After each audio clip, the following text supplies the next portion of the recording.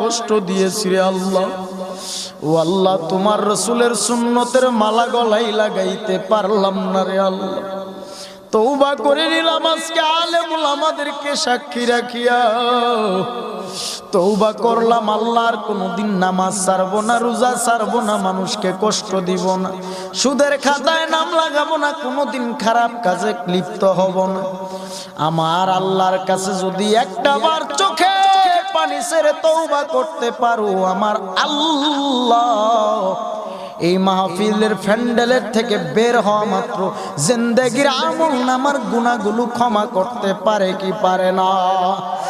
বলেন রহমান তিনি কে, রহিম তিনি কে, রাজ্জাক তিনি কে, জব্বারু তিনি কে?